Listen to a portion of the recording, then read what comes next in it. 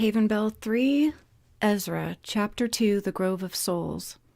Winter came down into Dinzer's city. When he arrived, Wayne took instant interest. The king of HAVENBELL, the only one allowed here, spoke to his father in the ancient language. "You still have all of the tears, correct?" "Yes." "What did you teach Winsfeld when he was with you?" "Nothing. We brought him to Fairy Island after your snow trick. Snow won't stop us or the Winsfelds this time." "What are you hiding?" Winter asked. "Duran Alasius lives on through his son, Zephyr Josephera. Your brother-in-law must die. Don't tell Cheyenne about him or she will stop you. He will use the other, Evan's son, Duran Locks, to lure Ezra into finding and killing you. Ezra almost knows how to beat the technology, and I have bad news for you, sire." Winter barely tilted his head, and that was enough. "Your daughter is in love with Ezra, and she just let him escape." "I need someone to go with me to check on the shields and lasers, check on the scepter, and upgrade the defense." "I will go," Wayne announced, but Dinzer looked at him in disgust. "I've upgraded the technology. I just finished my new program," Wayne added. "Nay, you will not go. Give me the program. I will go swiftly and return just as fast. It's easier to leave you here in charge than to let you roam free about the lands in which you would choose to never return. Stay here." But Wayne did not stay there.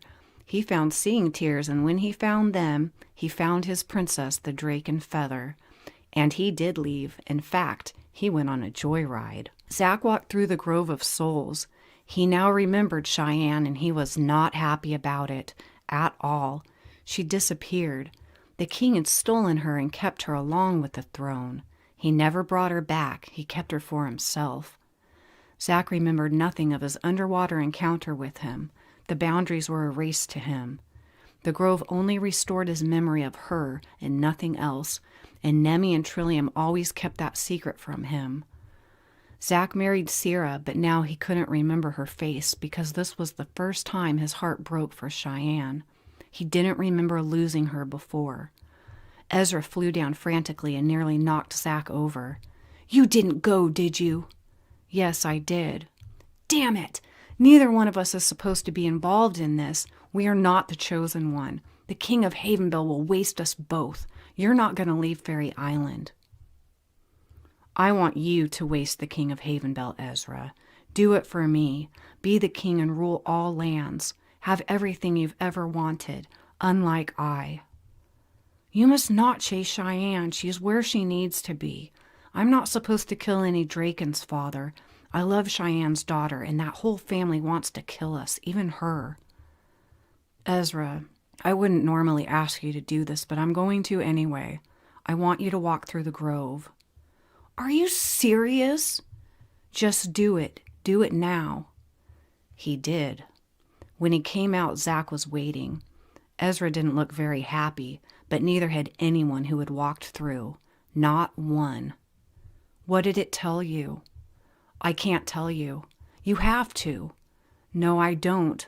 You're the last person that needs to know. If I tell you, you'll be in danger as I am now. They want to kill us already." "Yes, I know." "So this girl you love, will she like you better if you're dead and out of the way of the throne? Or would she like you better if you're sitting upon it?" "Father, I know you're angry, but don't give me any ideas. We must stay out of it." "So she'll like you better dead then. We must keep Locks and Alasius apart somehow. We must stop them." "Let the chosen one stop him if he's so great." "You know what pisses me off? Zephyr is almost my equal. He never used to be that strong," Ezra complained. "No, he's not. You can fly and you're a fairy. He doesn't have shit on you. Do you see a bunch of Drakens running around looking for Zephyr?" Zach asked, and Ezra chuckled. "No, you're the one they're the most afraid of." "Do you think he would send Drakens in after us?" "Yes, if he can't find us himself." "Do you think the Drakens can get into Fairy Island?" "No, but he can." "Do you think he'll take Mother?" "Is that what the Grove told you?" "No, but if he does, he can get us both with one stone." "You're right. We can't let her die to him." "She won't die. It'll be some kind of trick." "We can't chase her, and Autumn won't let them kill her." Are you sure? Are you sure, Ezra? Aren't you willing to kill her family to be with her, Ezra? You don't want to know. That's my boy. Can you get the eye out of place? Yes, that's easy. It's harder underwater. What's the sixth beam? Zach read Ezra's mind. A door. Use both of the boys for your gain. They can help you get the girl. I also have Zeed's necklace, and there has been no king since his death. Duran, Lox, and Sasha had followed Jin around. He stayed in town most of the time, but he finally left, and they followed him to his family way out in the remote woods of Elkstaff. They found the Drake and Feather girl and left with her. They found Xander's children and took all 4 of them. Now Ezra would bargain with them. In the time it took before Ezra heard the news, he began to rule the Adrella, and all of them listened to him.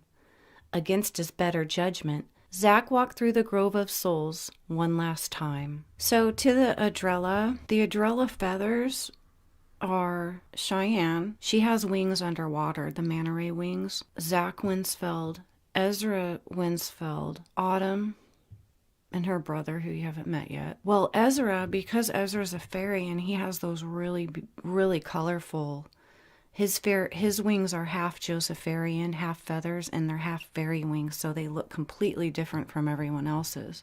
And when he's underwater, they look just as awesome. Like they don't look like the regular Adrella wings. In the last book, in Scepter of Zane, when Winter and Cheyenne go down there, there's a whole bunch of Adrella, and the Adrella aren't attacking them. They just won't let them get past them.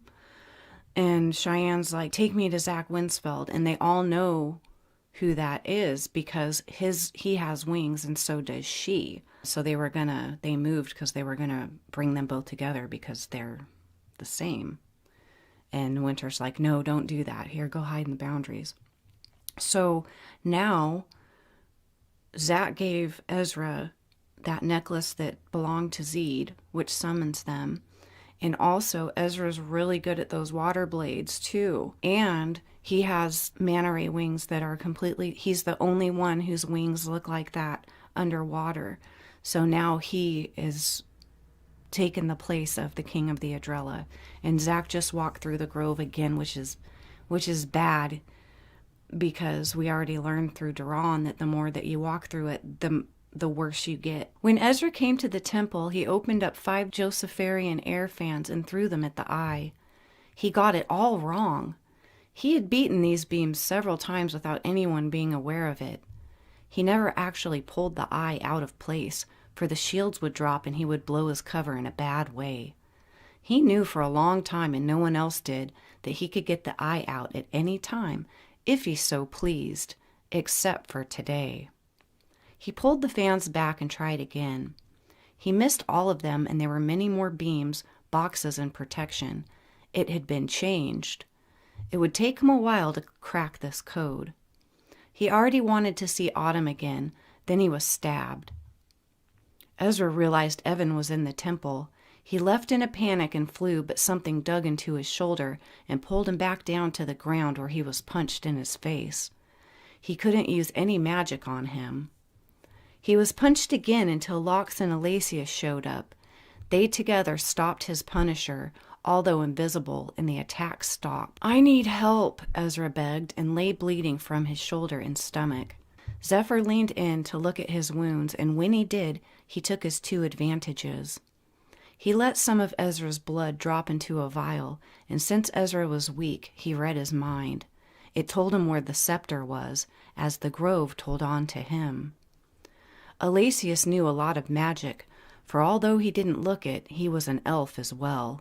He was a wizard, but he was darkness. So, it's funny because Duran, Elacius exits the story, and then I fast forward about 19 years, and then you meet his son, and he's right back on it. Here he comes, and he's starting the same shit, except it's his son, so he never really dies because his son just jumps right back in his place. Ezra was nursed back to health and explained to the others that he would need them to pull the eye after he figured out the new code.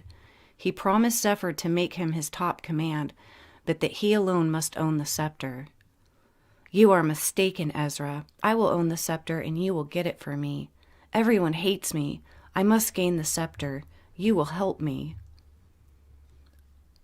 A lot of people like you, Zephyr. Jocelyn loves you.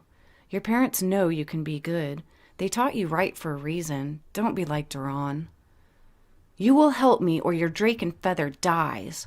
I have all of them. We collected every one. There are 5 of them. Can you believe it? 5! Drakens have a strong liking to feathers, so it seems.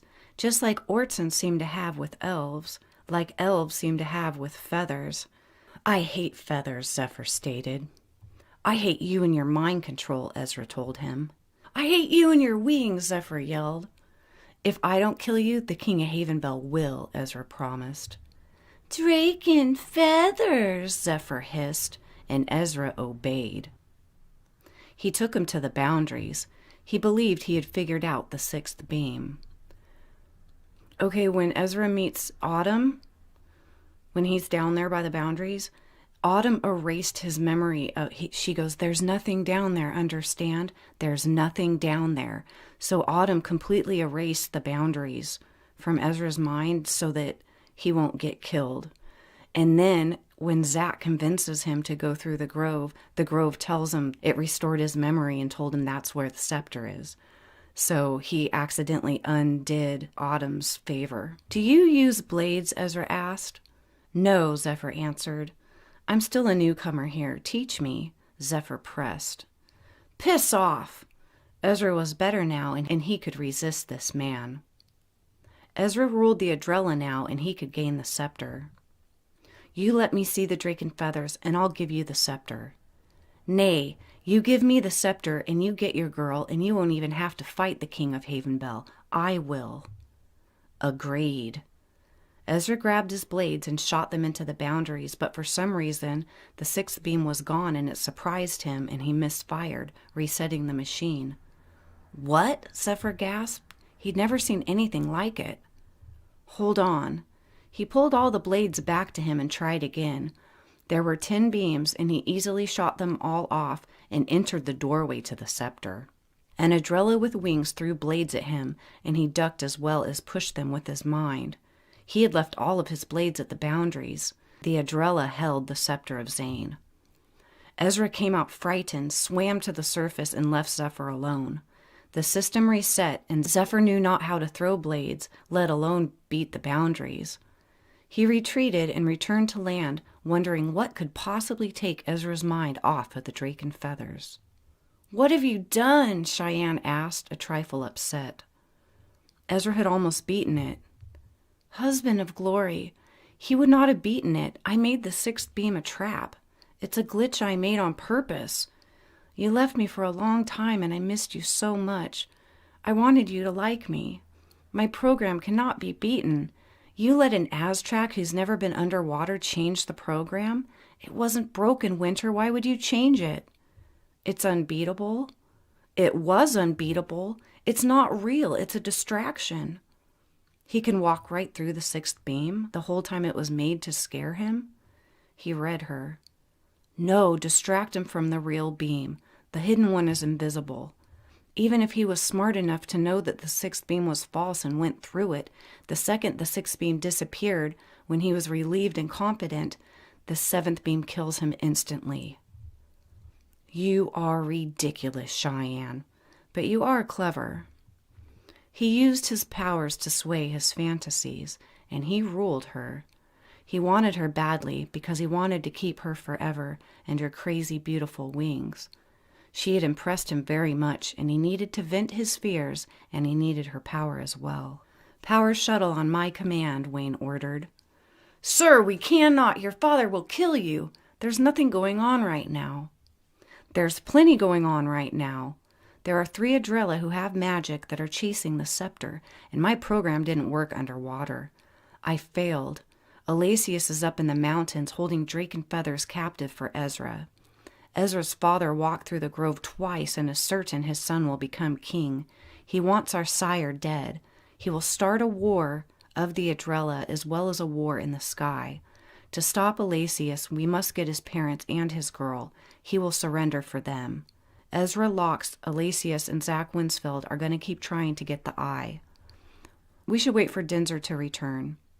All we have to do is take the drake and feathers, somehow get the scepter from where it is and hide it down here. Blessed angel!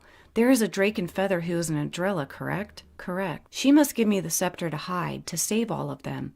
Then we let them go at it. If they go at it, we must kill them. Who do you think you're helping here anyway? Everyone. Power shuttle on my command.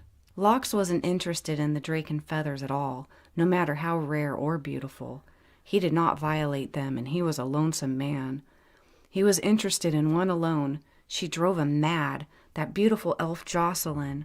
Every moment around her was torture, but he was a very composed Orson like all of them were, and no one but EZRAH could read his mind. He was almost equal to Elacius, but he could disappear.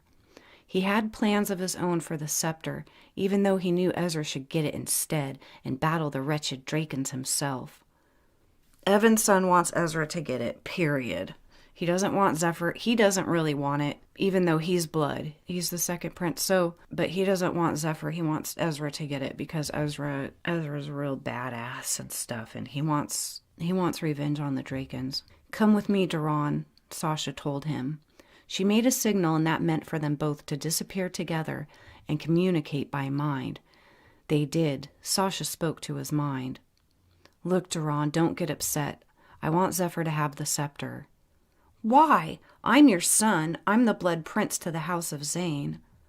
He's special. He's very strong. I can disappear. He has the persuasion more than you do.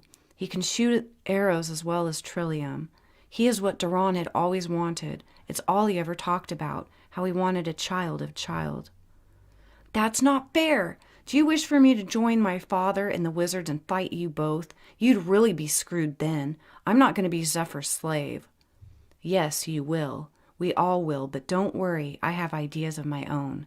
He gets the scepter, but I promise you will get Jocelyn. How in the world will you do that? They are deeply in love and I hate it. I want her. Yes, son, I know. It will be my prize to you to stay here and be ruled by Zephyr. But you can't make that happen unless you kill him. I won't kill him. I'll use EZRA's magic on her. Jack Falconberry had noticed recently that someone had been hiding out around Elkstaff lately.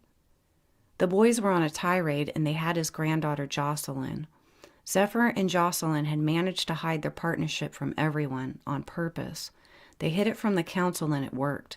Nobody knew that they loved each other, let alone how much. Evan hadn't been seen since he found out he had a son whose name is Duran, who could also disappear.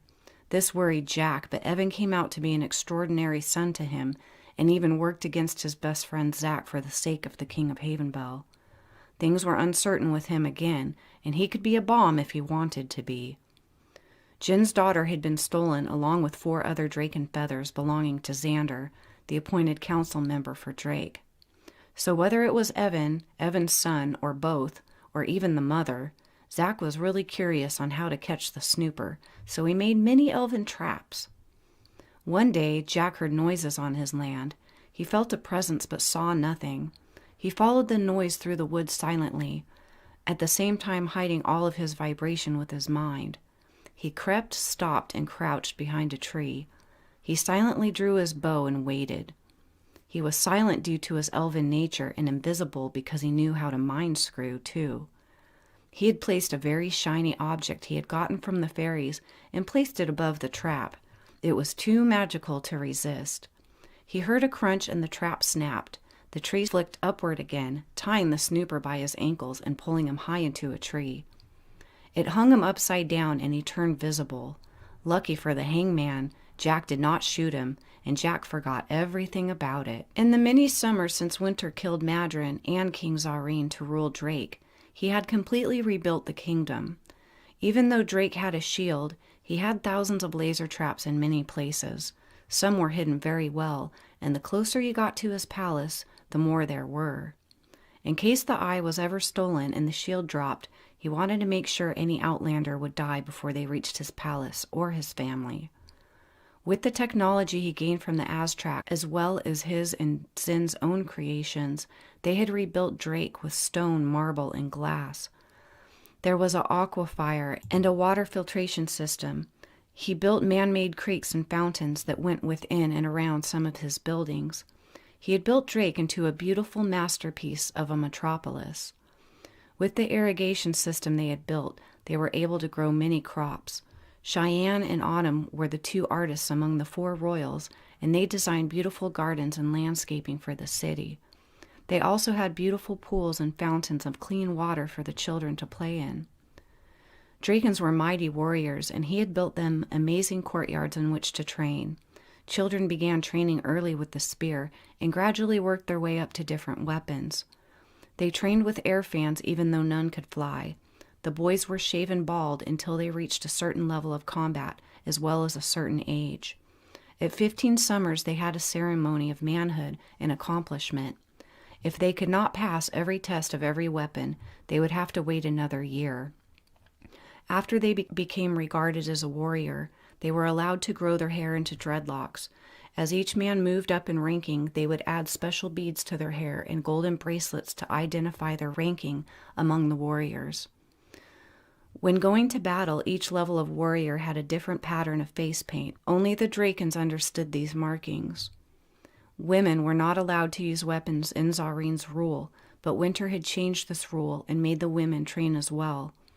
In the past, women only cared for the home and family. Drakens being very traditional, this was still mostly true. Winter wanted the women to be able to fight and to protect the men and children if needed. He was a very wise king. Cheyenne sat with her daughter. They were done with their words, and now they waited. They heard the shield reinforce. Winter entered. They heard the shield drop and reinforce again. He strode towards his girls. He had a rare look of anger on his brow when he saw Autumn. He lifted her chin with his finger and looked her in the eye. Very bad girl. Your stupid emotions. They will kill us and everything will be ruined. But I love him as you love Mother.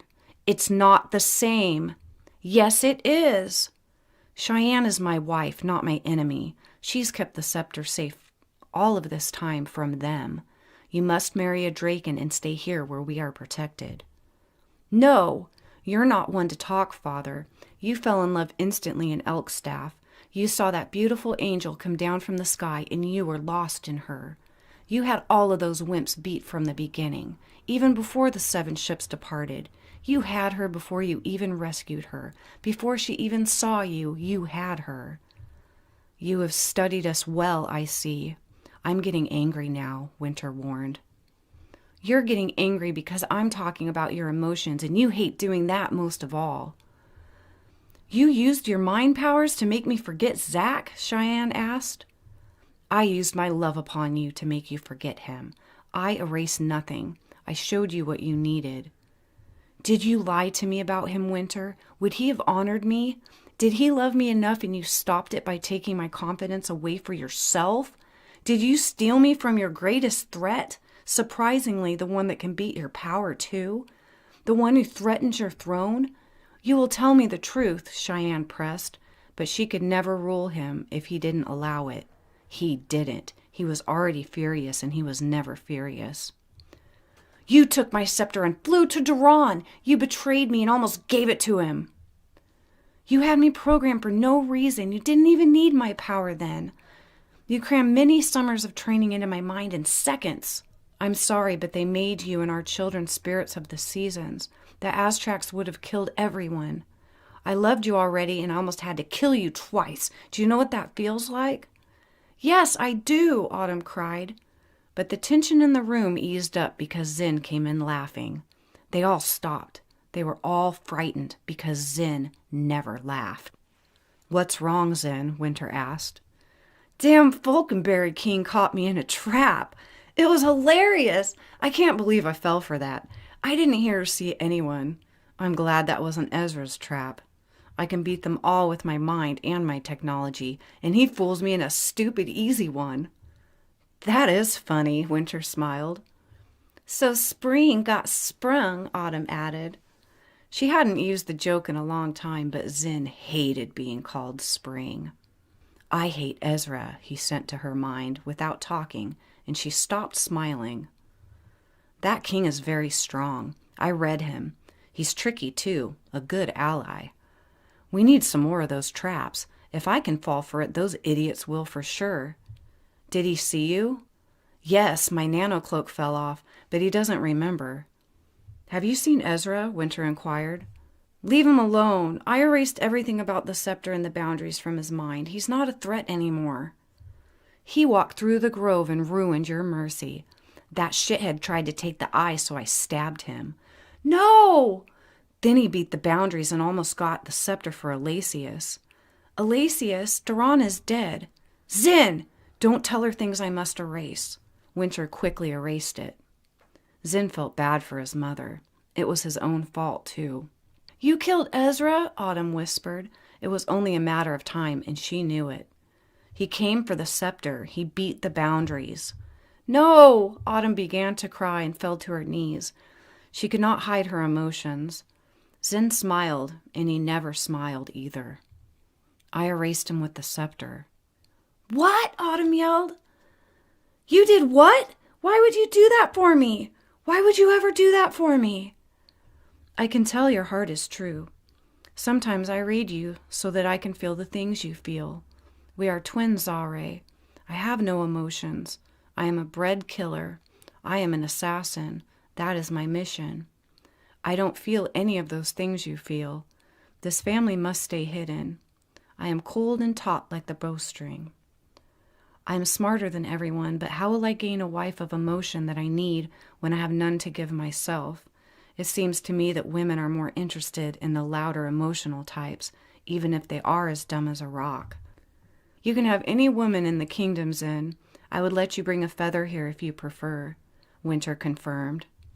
I don't want one. I want an Aztrak. You cannot! I don't have emotions, Father. You wanted it that way so that I could rule smarter than you. You gave it all to Autumn instead. You gave her the heart and gave me the whole. I want to know what happens. I want to know what a Draken Aztrak Quint breed would make. It's a scientific experiment and I need to know. Son, you are as dumb as a rock. Don't even try it or they will kill you before you ever gain the throne from me. I need you to rule the lands. It's forbidden for any race to mate with Aztraks. That is our rule. The spirits before us created it and we shall not break it. But you did, Father. You broke the rules too, and now we can love mortals. That rule is gone now. Erasing Ezra isn't good enough. Yes, it is. We don't have to kill him anymore. His father, yes. Him, no. Wrong. You forgot the gift of non-magic, the gift of nature. The same thing you forgot when you walked into Falconberry's trap. A dumb trap for a dumb rock, Winter scolded. Autumn laughed. Zin was the slickest man in HAVENBELL, and Winter never cracked jokes. He doesn't need magic to fly. He doesn't need magic to throw fans or blades. He can still get magic from the flowers, but that's all. If he gets the scepter and dies, we are still in danger. I hope he never drinks the brew. Father, he is excellent with the blade. Which ones? Adrella. I fought him by the boundaries. I wanted to know his skills, so I tested him.